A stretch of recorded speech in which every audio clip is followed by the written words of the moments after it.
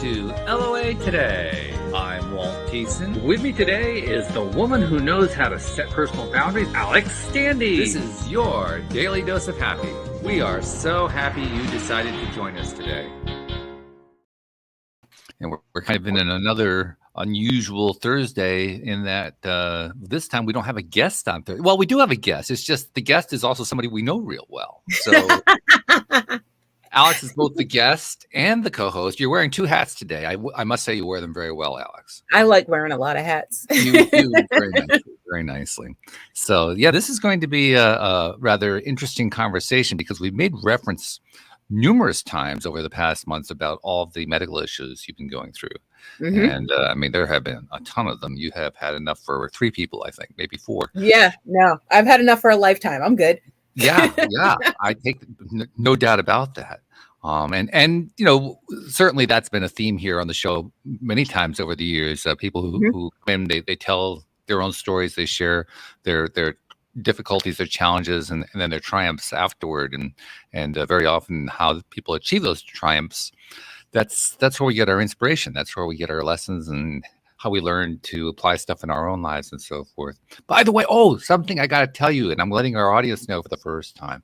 Ooh. I just got word of a really exciting development here on LOA Today. Spoiler alert. Everybody ready? Here we go. Spoiler alert.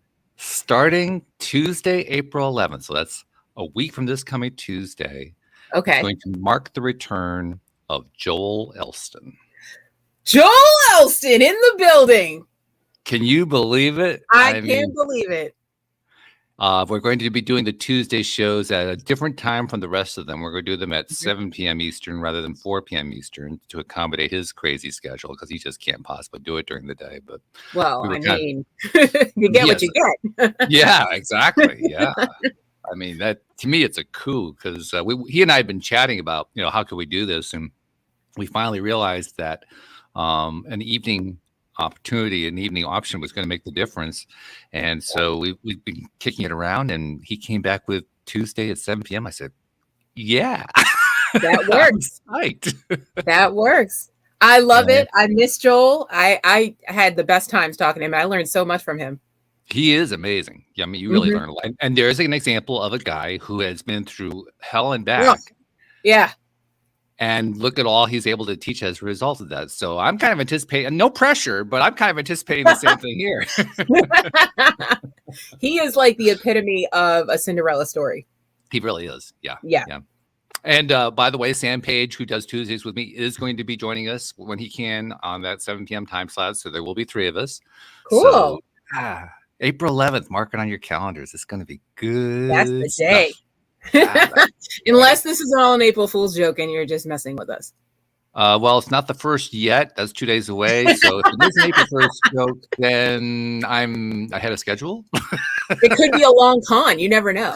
It's possible. Yeah, that is true. It could be a long That's how I like to do my April Fool's jokes. Is like I like to pepper them in around January. January? Well, that's not just long. That's excessive. No, you got to plant the seed. You got to plant the seed, and then you got to water it. You got to add sunlight. You got to help it grow, and then April 1st, boom. You do serious April Fools if you're doing that. That's a 4-month April Fool or 3. Sometimes longer. Sometimes. Holy crap! Sometimes I start April 1st the year before. You're a dangerous girl. You know that? Yes, I am. Do not cross me. Well, considering what you've gone through the last few years, I think we can give you a little special dispensation on that one. Yeah, I can use a little laughter. You kind of deserve that, yeah. So I'm going to turn the mic over to you for a bit. We have picked up in bits and pieces the stuff that you've gone through, but let's lay out the map. What have you gone through? And start at the beginning if you can. If you know where the beginning is. I don't even know where the beginning is of this. Do you know? I've pinpointed it to about, I'd say I was 15, maybe 16. Wow. Maybe even younger than that, because actually my painful periods started when I was 11 or 12. Okay. And it's just always what I've known. I've never known anything else. So I didn't know anything was wrong. And of course, doctors in women's health, not the best. So of course they're going to tell you, it's just painful periods. You're just an unlucky woman. whatever. Did you catch the interview that I had yesterday? It was a woman who's an expert in menopause and perimenopause. Oh my God, no, but I'm gonna. Yeah, check it out. Check it out. And her story is not unlike, I mean, it's different because you've been through very much different things, but it's not unlike yours because she was on a horrible cocktail of stuff when she was in her mid-teens. Mental health wise or physically? Okay. Yeah. So it messed with her hormones and everything. Yeah. Yeah. Yeah. Mm-hmm.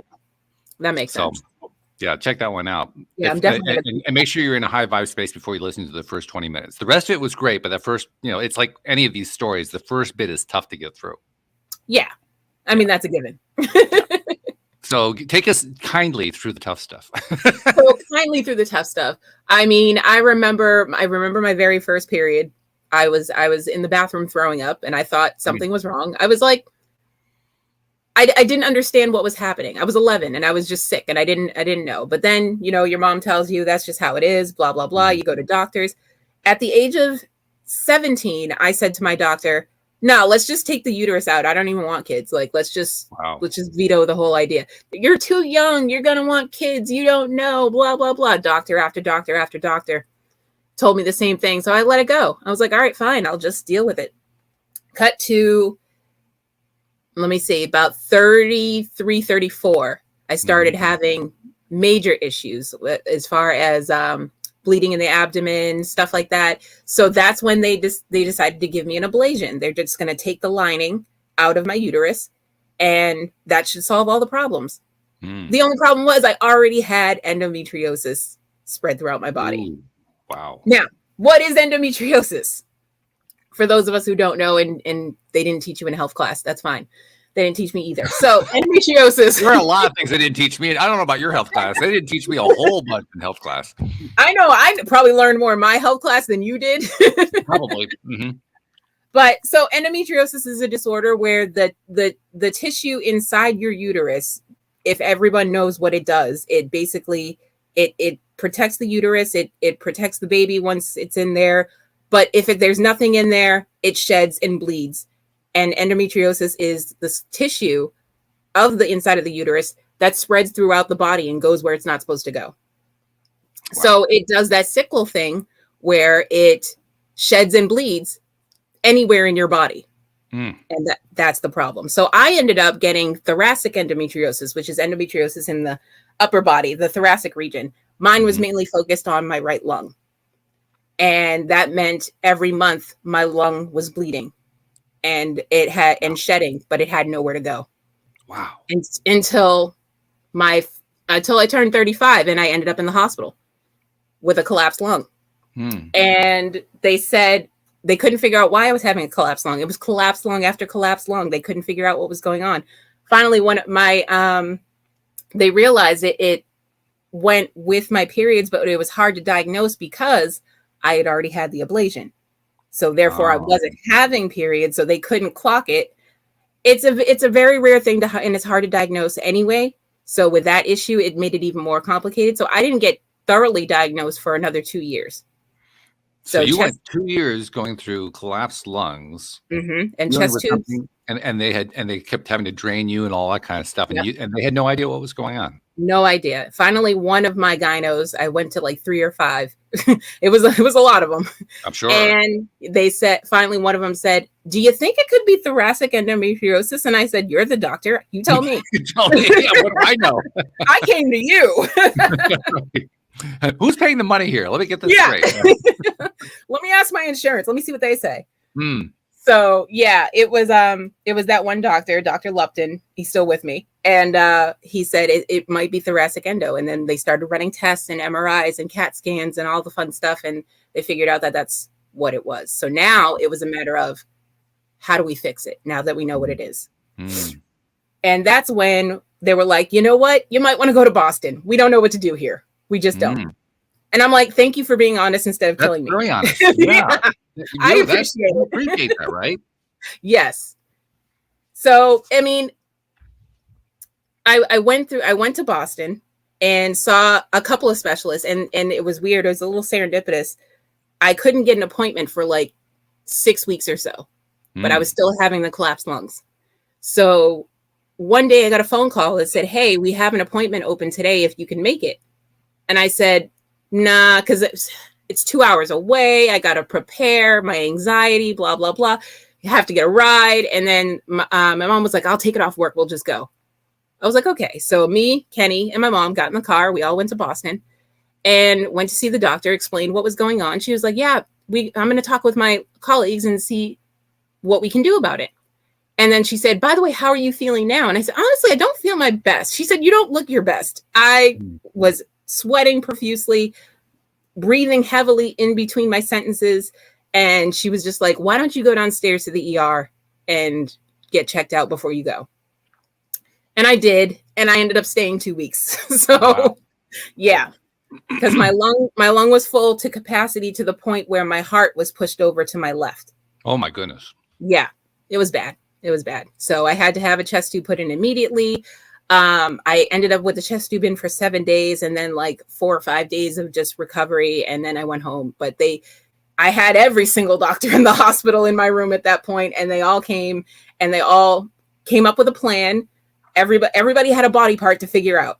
So it was like a great team. It was like a Grey's Anatomy episode. It was fantastic. Yeah. And I was the main subject. So it was great. Wow. Yeah. That's incredible. Mm-hmm. So what happens at that point? So after that, that's when we decided to have it wasn't a pleurectomy. The pleurectomy was the last one. They did something to my lung where they went in there and they scraped all the endometriosis that they could see, and they scraped it all out, and then they resealed the lung so hopefully it would inflate and it wouldn't collapse anymore. They also did a dual surgery. So the gyno took out my uterus and my right ovary.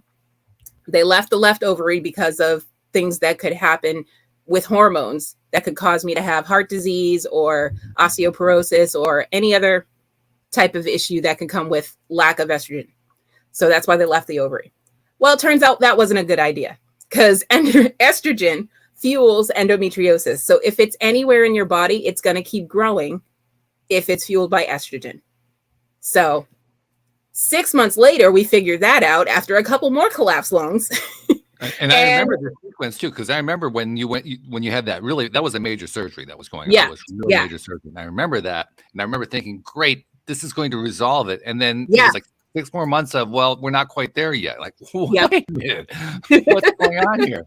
It was like, oh, go with God. You're all fixed and everything. And then it was like, great. And then I was like, yeah, you know what? My lung feels a little heavy. I'm having trouble breathing going up the stairs. I'm going to go get checked out. And lo and behold, I was full again. It was time to go back in. Wow. Yeah. How is this affecting you during that time mentally and emotionally? Mentally, it was a struggle. It was a struggle. If I didn't have my team and my support system, I don't know where I'd be, to be honest. I mean, it was like I had my mom, Kenny, my nurse, my psychiatrist, who did most of the legwork. He was like, squeaky wheel gets the oil. Which doctor do I need to call now? Well, you need somebody like that in your corner. Yeah, that's what Dr. Sam. That's my dude right there. He don't play about me. That's one thing. That's great. That's having somebody like that is just really powerful. Yeah, he's my pit bull in my medical corner. Yeah. Tell that. Wow. When you think about what you went through, though, because I'm sure this was like the ongoing thought. You wake up in the morning and you're back on the same thought train again because you can't really get away from it. It's right there. When we're dealing with stuff that's high trauma, I'll call this a high trauma extended event. It wasn't a single event. It was a series of events, but I'll just call it one extended event. It was a series of unfortunate events. Yeah. But when you're going through high trauma like that on a regular basis, so that it's a chronic condition, that's really what this was, a chronic condition. It plays on your mind. I mean, I don't care what kind of trauma you're talking about, it's going to play on you. Yes, definitely. How did you get through all that? Because a lot of people will think, well, on the one hand, I could probably get through that. On the other hand, I have no idea how I'd get through that. And there may even be people listening right now who are going through something else that has a similar level of chronic trauma going on. Give people an idea. How do you get through something like that? Again, I have to give it to my team, my support team, and everybody made sure that I didn't feel sick. So distractions were a great key. Kenny would be like, "Oh, let's go to the park, or let's go to the beach, or let's go do something, so, safe enough that I can do, like not like a long walk. Right. Can't do a long walk, but like things that I can do. Let's go to the movies. Let's go do this. Let's go do that, and things to keep my mind off of it. But also the love and support I got from people outside, like, oh, we know you're going through this, but we have your back. You're going to get through this. It's going to be great. Wait till the end." And that's what I had to keep thinking of, is wait till the end. Wait till I get better. Because that's ongoing, right? I mean, your mind is constantly going to the negative, and then you're having to pull it back to the positive. Mm-hmm, mm-hmm. Especially when you're confused about your symptoms. So I was like, oh, I can't breathe. But it could be just because I gained weight and I'm walking up the stairs. So I would brush it off, and then it'd be too late and I end up in the hospital. So don't do that. Always, if you're having any symptoms, go get it checked out. You need to listen to your body, is what that is. Listen to your body. Yes. Yeah. Okay. So, all right. So number one key, make sure you have a good team on your side. Yes. Never settle. Always advocate for yourself. And like my psychiatrist says, the squeaky wheel gets the oil. Yeah, that's always been true. That's been true for generations. So, yes. All right. So there's a couple of survival techniques. So you're in the middle of surviving this thing and trying to find a way out. Did you despair? Probably a couple times. I've felt helpless. I was like, I literally have to lay in bed. I can't do anything. I physically can't get up. There's so many things around the house that needed to be done, but I can't get up and do them. And then I have to depend on other people to do them the way that I do them. So that was like a mental toll, messing with my head right there. I was like, you don't clean like I clean. It's not clean. So I had to deal with that, and I had to get over it. Honestly, I had to just let people help you. That's what I had to learn. Talk about that for a minute. That's really kind of important. I don't think we really touch on that much here on the show, but it's actually an important way to get past resistance points. So often we feel like we have to get past those points ourselves, but sometimes it's about letting somebody else help us get there. Yeah, I think that was the big lesson with this whole thing, is let people help you. Because it's like mentally, physically, all of it, you need help. You can't do it alone. You can't. So you got your important lesson out of it. And then when did the breakthrough come? So that was after a couple of chest tubes more. Yeah, right. Yeah. So next we had, after the other chest tubes weren't working and the lung kept not inflating, they decided to do what was called the name of the doctor is Jack Litch. What was it? It was a catheter. Oh, this is really important. Hold on. Thoracic. Okay, well, I don't remember the name of the type of the catheter, but it was a catheter that had to go inside my lung, and then there was a drain that came out of it. So I had that for 7 weeks. Wow. And then my nurse had to come every day and drain the fluid out of my lungs. So that was awesome. That was not exactly the adjective I would pick, but okay. That was the funnest part, let me tell you, because it was like, I took one look at it when I got home and I almost threw up. I was like, how is this in my body? And how am I still standing up while this thing is halfway out my body? I don't know. I don't know how people did it. I give props to my nurse because he looked at it, almost threw up, and did it anyway. Wow. For 7 weeks. So got to give him props. Yeah. Yeah. Well, also to you too, because you're enduring that for 7 weeks. Yeah, it's very painful because when it drains, it's like when you get to the bottom of your drink with your straw and you're sucking up the air and the bubbles and the ice. That's that feeling. All right. So one challenging experience after another, one really traumatic. I think trauma really does apply in almost everything that's I don't even think it's trauma anymore. Like it's so on a level. It's like, you know what? the trauma level got so high, I was just like, it is what it is. Just, I can't do anything else. I'm just going to have to let the universe handle it. Surrender. Yeah. That's what I had to do. Mm-hmm. Does it help? It does mentally, because then you're like, there's less pressure. Mm-hmm. There's less pressure on your mental to be like, I got to fix this. How are we going to fix this? How am I going to get better? If there's nothing you can do, just relax. Let it take care of itself. Your body will do what it does. The doctors know what they're doing. I know that for myself, in instances where I've gone through surrender, one of the things that I end up doing is, first of all, I end up relaxing. It's like I took that deep breath out, Yeah. And then the second thing that happens is, I don't know about you, I kind of find in those situations that once I've surrendered, I get more hopeful. Yeah. Yeah. You start to see a brighter future. Yeah. Yeah. There's a light at the end of the tunnel. Happened. It's not like anything has happened yet. It's just that you kind of gave in, and that alone. Right. Yeah. It's a switch, and then you start to see the light at the end of the tunnel. Yeah. That was there all along, but for whatever reason, you couldn't see it before. Yeah. You had doubt standing in your way. There was a doubt shadow standing in front of the light. All right. So, all right. So you've been through numerous treatments. You've been through the major surgery, a couple more drainages. Pleuric catheter just came to me. Pleuric catheter. Oh, okay. All right. So then you're dealing with 7 weeks of the catheter. Mm-hmm. At this point, I don't know about you, but after a couple of years at this point, I'm thinking to myself, this either gets cured or I'm done. Yeah, that's exactly where it was.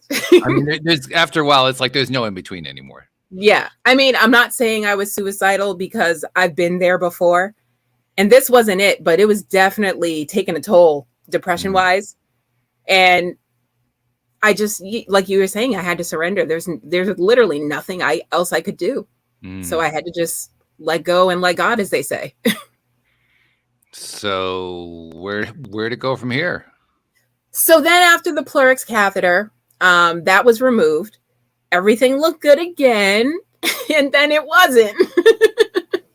Everything looked great for like another 6 months. And then, except for they had put me on medication for hormone control. And that gave me menopause symptoms. So hot flashes plus August, not fun. Yeah. Yeah. I remember not enough fans in the world, let me tell you. Yeah. When Louise went through menopause, I remember August, particularly July and August was horrible. Mm-hmm. Yeah. To say the least. So I put a kibosh on that medication. I told my doctor, I stood up for myself. I was like, listen, the hot flashes are too much. I'm not taking it. I'm supposed to take it for 6 months. I did 4. I'm done. And my husband was mad at me. He was like, but you don't understand what I'm going through. So I'm going to talk for myself, because you're not here. You just see me going like this. You don't understand, my body is overheating and I really need to stick myself in a freezer. Right. So I said, I stopped the medication. The doctor said that was okay. But then the lung collapsed again. So now I'm fed up. I'm like, listen, guys, I want a team meeting with everybody. I want everybody on the Zoom call. I want all the departments on the Zoom call within the next week. And they did. And one doctor was in surgery, took a time out of surgery to come to the Zoom call. I was like, okay, I feel good about this. Yeah. That was the thoracic surgeon. That's his job, is the lung area. So he had to be on the call. Yeah. The person on the table and their family weren't too happy, but yeah, I get it. I mean, I'm hoping it was like a dual surgery and his part wasn't ready yet. I hope they were just left there. I hope they didn't just put the scalpel down and go answer the phone. Whoa. Wow. But yeah, so we got everybody together on the call, and we decided that removing the last ovary and killing all the endometriosis and basically putting me into surgical menopause was the only legitimate option. And Kenny came up with that idea. He did all his research, and he's like, I think this is the only way to go. So he said it to the doctor. The doctor was like, we agree. Wow. We agree. So plan the surgery. And then I think it was a month later. Yeah, because that was in December. And then January 11th, I had my last surgery. I had a pleurectomy and an oophorectomy, which means they removed my last ovary and they took the lining, the endometrial lining, out of my lung.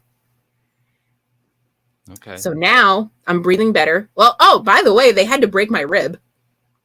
Didn't find that out. Found that out last week. They were like, we could. The CAT scan said it was a follow-up CAT scan, and it said previously fractured rib, newer than 12/20. And I was like, I don't remember breaking a rib. And then I'm sitting there thinking, oh my God, did I move wrong and do something during my healing time? And then I call my doctor. They're like, oh no, we had to break a rib to get in there. I'm sorry, we didn't tell you. Okay. Good God.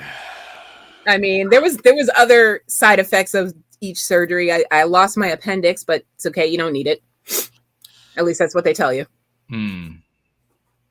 I no longer have the ability. Like you misplaced it someplace. No, I woke up out of surgery and found out on the family group chat that they had to take my appendix because there was endometriosis on it. And I was like, I woke up without an appendix, but that's not the surgery I went in for. Yeah. But that's okay. Like I said, didn't need it. Right. Wow. All right. Well, so now you're almost 3 months removed, not quite, but two-thirds months removed from the last surgery. And you're feeling good. I feel good. But you also have a history of having gone months at a time. So is that hanging over to you, or are you able to a little bit? It's a little bit hanging over my head, but at the same time, I do feel better than I have felt in the past. So I feel like this is the last. I mean, like they took all the endometriosis and they took anything that can make endometriosis out. So like, I don't know how it could possibly happen again, but we'll see. Well, you also raised the point earlier that some of the stuff that they took out plays a direct role in the production of estrogen, and your body needs that to a certain degree. So I imagine there's some kind of supplementation going on. I don't know exactly how that would work. Yeah, I'm on hormone replacement. I'm on an estradiol patch, a very, very, very low dose because they don't, again, want to fuel the endometriosis. But at the same time, being without menopause causes a lot of problems. So I'd have to be on something. Otherwise, I'd be going bananas. Understandable. Yeah. And do they, I think I probably already know the answer just because of what you've gone through, but do they have any clue as to why the estrogen is driving the endometriosis in the first place? That's just what endometriosis does. That's its fuel. That's what it eats. So, I mean, because other people, lots of women have estrogen and they don't have endometriosis. So it makes me wonder what the difference is. Nobody knows where endometriosis comes from. It just shows up. It's just in your body. And then estrogen makes it worse. Then also too, it doesn't know how it travels to other parts of your body, but it can be found anywhere. Yeah.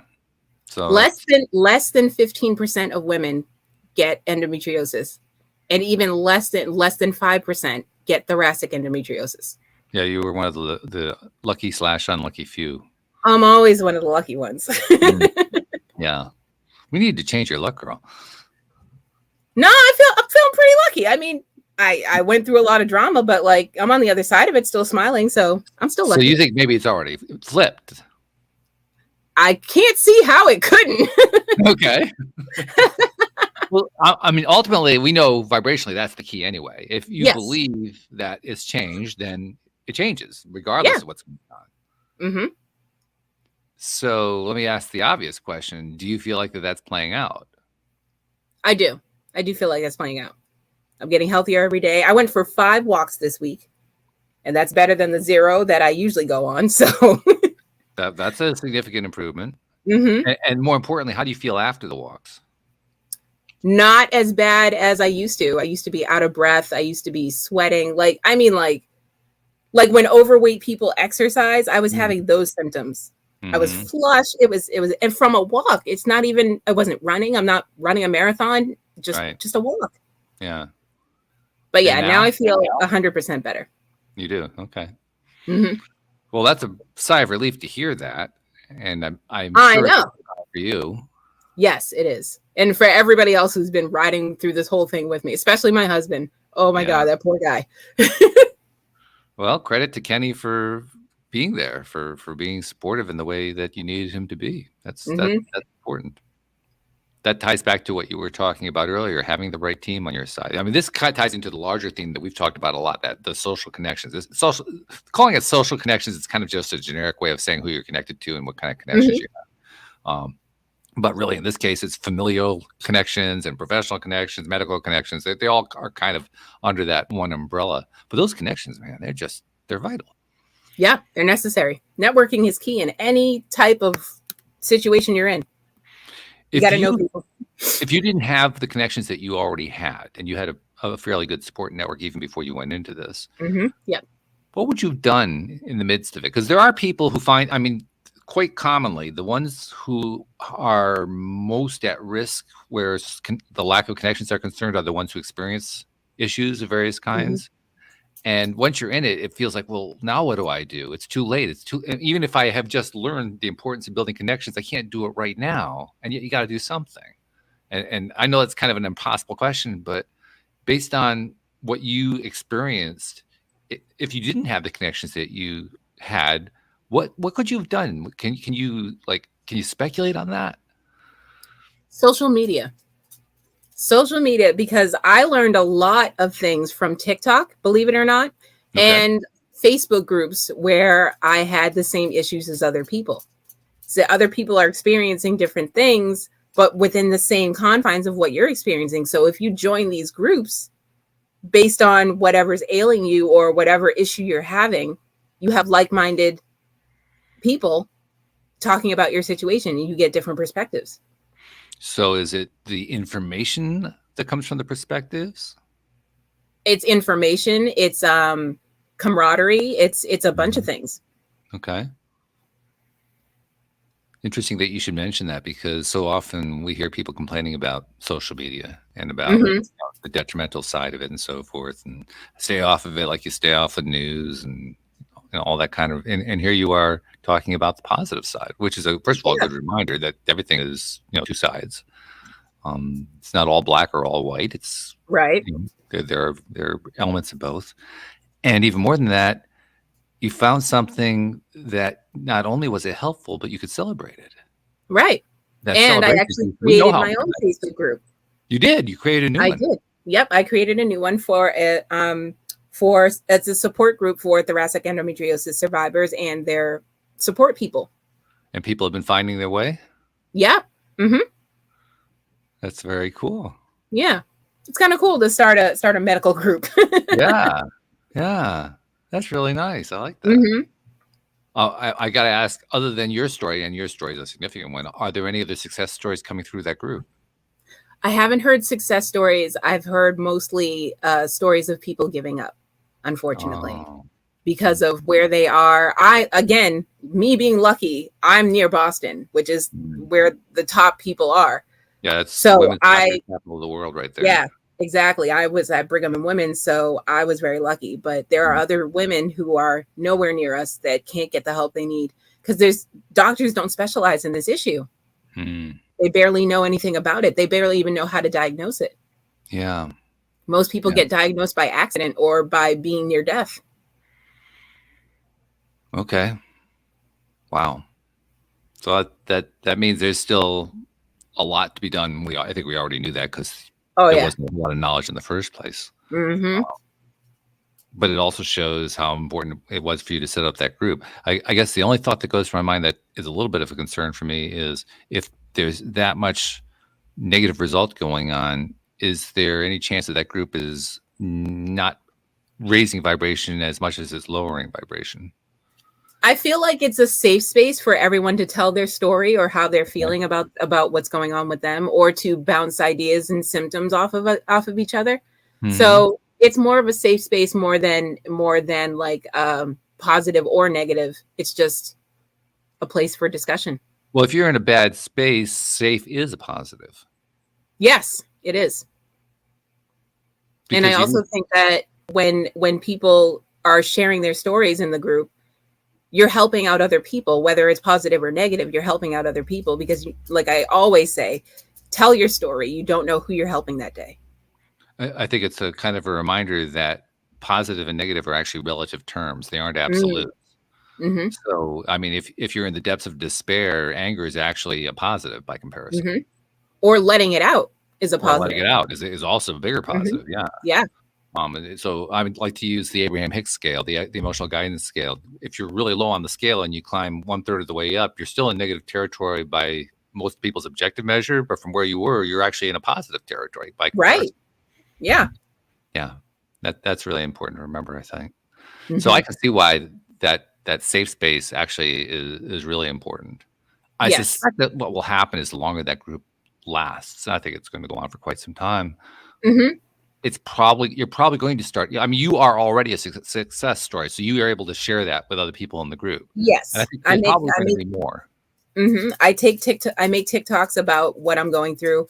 Shove my husband in there a couple of times because you know you need your support team to talk about what they go through. You know, because it's not just you going through it alone.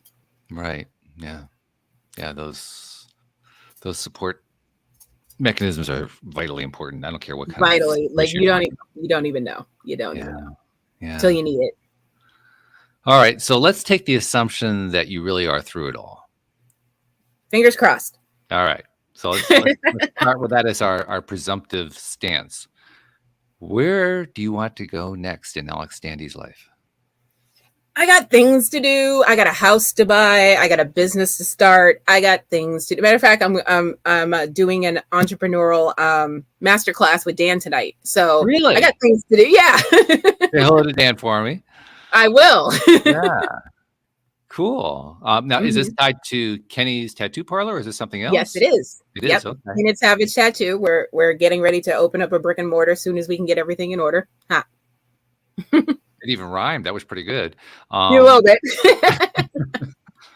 So do you have a timeline on that? I don't want to put a timeline on it because that puts pressure on us if you don't. Okay. You know what I mean? Like, yeah.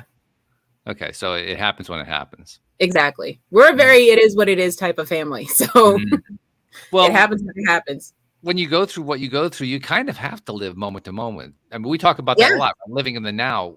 Living in the now is a very powerful thing because when you do that, you're basically saying, I can't deal with all that past stuff and I can't deal with those future things I'm trying to figure out that I'm scared of. So I just have to live right now. Yeah, exactly. Do what you can do today. And it's a very powerful space to be in because when you can maintain that, that's the real challenge. That's the key. When you can maintain that, that's your best chance of being high vibe. Very true. Yeah. And we know that. So I say high vibe. So that also, it leads to an obvious question. I think I know the answer, but I want to ask it anyway. To what extent throughout all this process have you been able to be high vibe, truly high vibe? And to what extent has it helped? That's a good question. Well, I'll start with the last part of the question first. Yes, it has helped being high vibe. I think without you and other people that I've met to get me to this level of high vibe, I don't think I would have survived, to be honest. Really? Yeah. Too many hospital visits, too many chest tubes, too many moments alone in my head. Yeah. I wouldn't have survived. Wow. Well, good for you. Thank good you. For you to get through that. Yeah. But let's go to the harder question, which was the first part, which was to what extent were you actually able to stay there? The reason I want to ask that question is I think we have this construct in our minds, especially when we're in the midst of a really tough situation, a challenging, a traumatic, whatever situation, that we have to always be high vibe. And that's just not realistic. It's just not going to happen all the time. That's too much stress. That's putting a date on yourself. In a sense, yeah, it is. So what I like to try to understand is, to the best of my ability, how much can I evaluate? How much high vibe do I need to get to? Like, if I'm high vibe X% of the time, that's enough. What's X? I just need to laugh 3 times a day. That's my bare minimum. I just need to laugh 3. I don't care how it comes. I don't care if I got to turn on a comedy special. I don't care if I got to make my husband tell me a joke. I don't care if I got to go on TikTok and go down a rabbit hole. I need to laugh at least 3 times a day.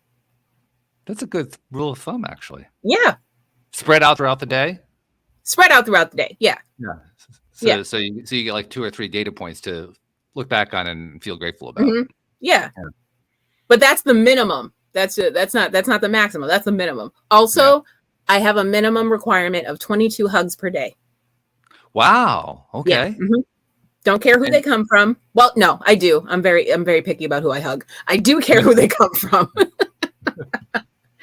It's just there has to be. I don't know why I picked the number 22. I think I just like that number. But I was reading about oxytocin and how you get it. So I was like, yeah, I need 22 hugs per day, and that's what I told my husband. So made it mandatory. So do you actually track it? I mean, do you know that you're getting 22 or more a day? Me and my husband do this adorable thing where he will boop my nose, and I can tell him how many hugs I've had today. It's like a robot thing. He'll go boop, and I'll go, it's been 13 hours since my last snuggle. Or boop, I've only had 15.2 hugs today.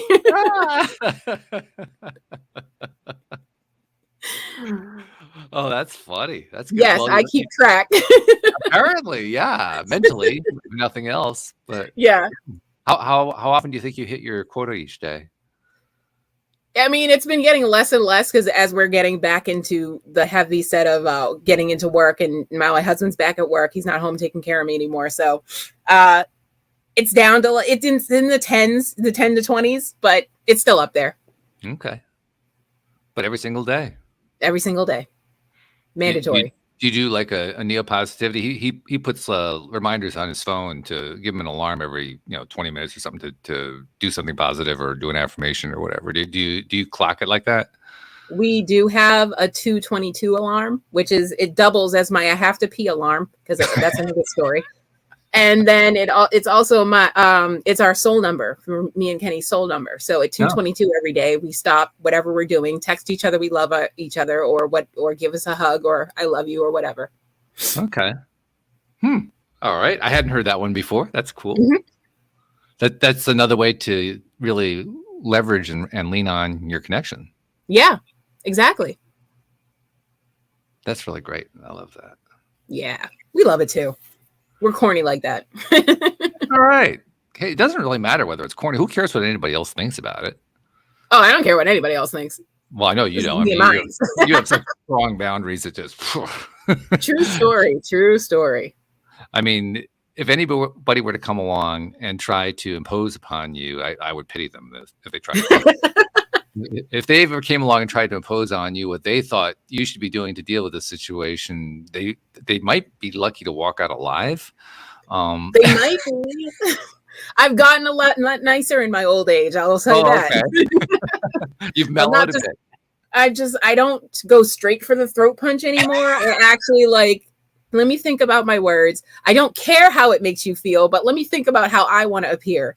So you can be a little bit kinder about it. That's good. Just a little. Just a little. Not by much, but growth takes time. That's true. Yes. I'm not, back when I was a teenager, I was just punching people. I didn't even say anything. But now I use my words. I still punch you, but with my words. I punch you with love. Because I'm going to say goodbye, but it's going to be the best goodbye you've ever had. So I'm going to let you know why I'm leaving, how I'm leaving, and when I'm leaving. So let me see if I can get you to kind of tie all this together. We talk here on the show a lot about the various journeys that people go through, and especially the challenging ones, the ones that have crashes and burns and all that kind of thing. Yep. And inevitably, in any of the stories that we hear along those lines, there are certain things that the person comes out of it with, like they don't want to have to ever repeat any of the events. But there are things that they learn from it and that they adapt and grow from it and so forth. Is it too soon for you to answer, or can you identify ways that this whole horrible experience has actually helped you to grow and to become stronger and a better version of Alyx?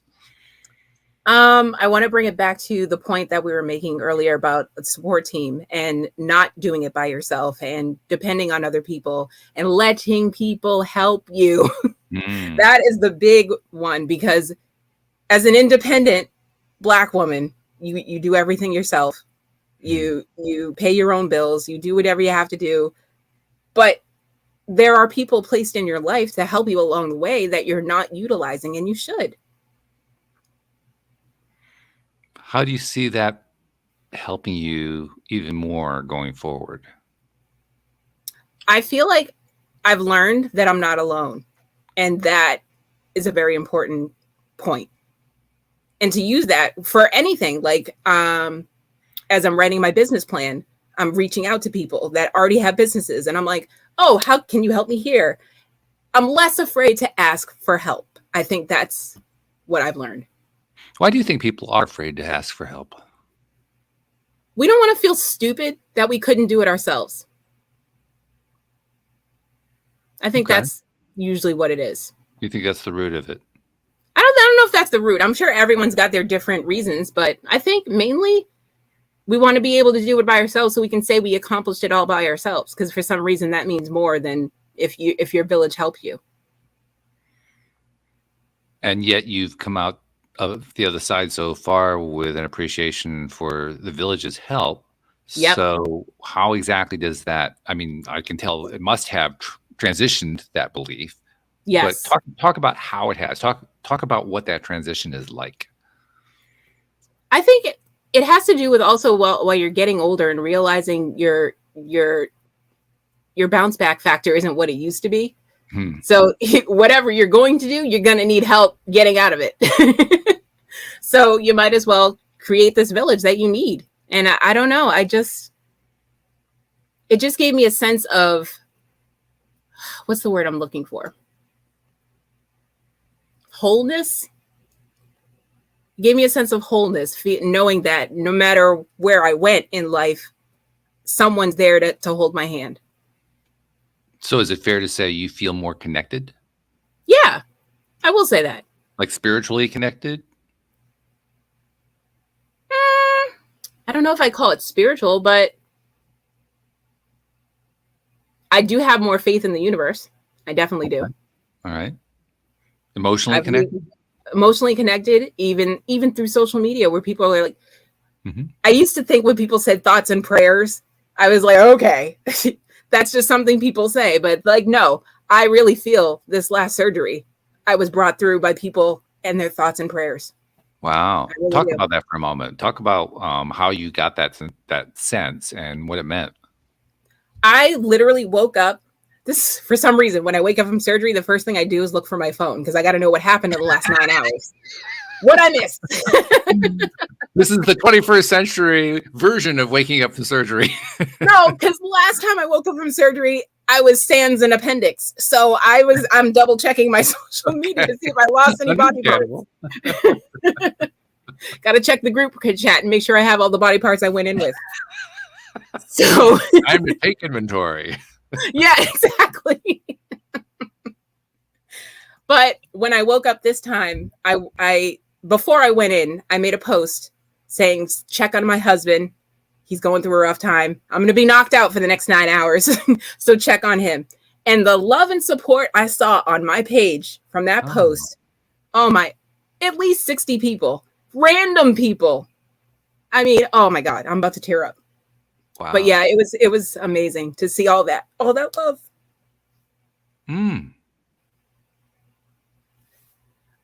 Okay, I'm good. I don't think I've ever seen you break up emotionally like that before. That's you have because I talk about you all the time and how I've gotten here because of you. Well, thank you for that. I appreciate You're welcome. that. But I still say, I mean, you don't show that for it. Maybe you've experienced it. That's the most I've ever seen you show it. I think I can say it that way with complete honesty. Okay. Wow, that was a lot for Alyx. Yeah. Yeah. Well, I felt it all that day. I did. You're still feeling it now, I can tell. Yeah. Yeah. And it's meaningful. Yes. It's an amazing feeling to know that people care that much about you. Does it change the way you feel about people? No. Changes the way I feel about thoughts and prayers, but okay. All right. But people are still the same, whatever. I still have the same boundaries I still have. I mean, I'm not going to start opening up the wed works just because I went through something. No, no. Okay. I thought about it, but I was like, no. You thought about it? What, I did. For like 2.5 seconds, I was like, maybe my dad should know what's going on. And then I found out he does and doesn't care. And I was like, oh, okay, then bye. Okay. Well, that makes sense. Then keeping that boundary in place makes a lot of Exactly. sense. Yeah. Yeah. But it opens your eyes and makes you have different perspective for different things. So I thought about it for a second, but no. Then I came back to reality. Is there anything that has shifted? Yeah, I mean, you talked about a moment ago just how it opened your eyes to different things. Is it something where it opened your eyes to something that you've hung on to because you say, "Well, that's cool. I'm going to keep that." My agoraphobia. Kind of put it to the side a little bit. Okay, talk about that. I just decided that I don't even think I decided for myself. I think my brain was just like, listen, life is short. Do we want to spend it inside for the rest of our lives? Wow. No, we don't. That's significant. Mm-hmm. I mean, let's be honest. You fought for your agoraphobia tooth and nail for quite some time. I did. I was like, I love my comfort zone. You ain't gonna get me out of here. I remember those conversations. It's warm and comfy. And now that's shifted. That's really something. Yeah. Mm-hmm. How does that feel? Like a weight has been lifted. Really? Okay. Mm-hmm. Yeah. It's like I can go outside without fear. So you think it's gone? A great feeling. You think it's gone then? Yeah, I would say. I mean, everybody has their days where they're like, "Nah, I'm not going outside." But, but yeah, we plan vacations. I go camping. People wouldn't. I mean, even at my reunion, people were like, "This isn't the Alyx we knew 10 years ago." And I was like, "No, it's a whole new me. Come over and meet me again." Somebody brings you onto their podcast. Yeah. And you tell them how you used to be agoraphobic and then you no longer are. And they ask you, how did you do it? What are you going to say to them? My support team. Because honestly, if it wasn't for Kenny, I wouldn't even think about doing the things outside that he wants to do. So if it wasn't for him pushing me to go do these things and at the same time making me feel safe enough to go, I wouldn't have gone. But you also have to be willing to do it. I mean, let's be honest. You are one of the strongest-willed women I've ever met. You have to be on board. Although he could push you all he wants, and it's not going to make any difference if you're not going to say yes. Mm-hmm.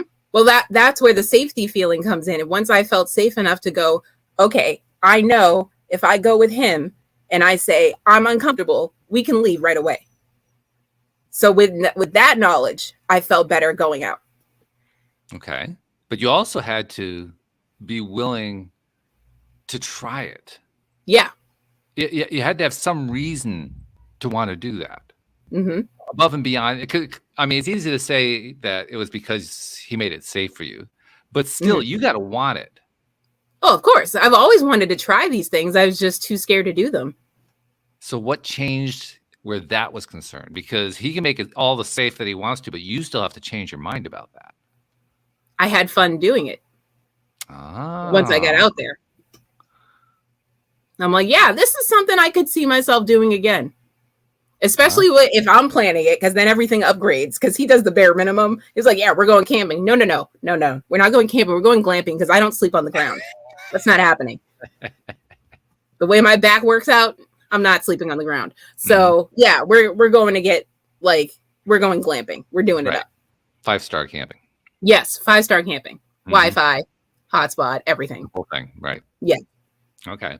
But you just said something really important, I think. And I suggest maybe as part of the answer when we have that hypothetical podcast visit where they ask you the question, which is it's having the connections, but it's also being willing to find out if you like it. Right. That's the key. That's where some things you're like, I don't know, that doesn't seem like me. And then you try it and you're like, all right, I had fun, but would I do it again? That's when you got to think, like, would I do it again? And if the answer is yes, then do it again. It reminds me of early in my relationship with Louise, when we first got married, I took her to the lake where my parents lived and where ultimately we ended up living for a year in Virginia. And I told her that one of the things we like to do every summer when we go there, my brother, my sister, and I would rent a jet ski and just, jet ski around the lake. And she said, "You're not going to get me on a jet ski. It's not going to happen." And the first time I got her on the jet ski, once she experienced it, I couldn't get her off the jet ski. Yep. That's how it happens. Now I'm calling Kenny like, hey, you want to go camping this weekend? Sure, let's go. I was like, I just booked a site. We're going camping. Okay. Get the food, get the cooler. That's really cool. That's really cool. Well, because you've been there, you've seen how far I've come. Oh God, yes. Yeah. Yeah, that's one of the reasons I'm glad that we did this episode so that other people can hear it and see it too. Yeah. You have been going through, first of all, one of the most rough roads I've heard of in a long time. Although I had a guest on Tuesday who easily rivaled it, but nevertheless, it's not like these things are comparable anyway. You know, right. Their own. Yeah. But more than that, yeah, it's palpable growth. I can see it. I can feel it. Literally. Yeah. And feels good. It's fun to see the Alyxes coming out the other side, and kind of makes me wonder who's it going to be a year from now. I don't know. I may or may not have gotten a email about a movie that's shooting in my area that they're looking for background people, and I'm like, Chatham's close enough. I might do it up like old times. It's been a while since I've been in a movie. You and my sister, they've got a film being made in her area too, and she's up for an extra role. So nice. Yeah, both of you doing the same thing there. Yeah, I used to do it all the time as like a side hustle because Boston was like a hub for movies. Yeah, sure. So me and my brother were like in the background of every movie that came out in like the early 2000s. Okay, all right. Yeah. Oh, that's cool. Yeah. PJ doesn't have quite the same opportunity. Tryon, North Carolina doesn't really get a whole lot. Yeah, it's not. It's no Boston. No, not really. No. But no, this has been great, and thank you for telling your story, sharing it. Hopefully, there are going to be people who find it and listen to it who need to hear it. Yes, I'm sure there will be. There always is. Well, I imagine you're going to share it in your group anyway, so there's going to be people there who will be able to benefit from it. And then I want to give you what I always give to guests. Don't do it, Walt, because I'm gonna cry. I swear to God. All right, go. Why do you think I do it? I know, but I cry when you say it to other people. So I'm like, oh no, it's my turn. Okay, here we go. So Alyx, there are people you've never met and you've never seen, never will meet, never will see, who are benefiting from what you're telling them. So on their behalf, thank you for what you've been doing. And we're so glad that you're coming through the other side so that you can tell that story more and more. Thank you. Yeah, this is really good stuff. So thank you very much. And thank you to our podcast listeners everywhere. We'll see you all next time here on LOA Today. Goodbye, everybody.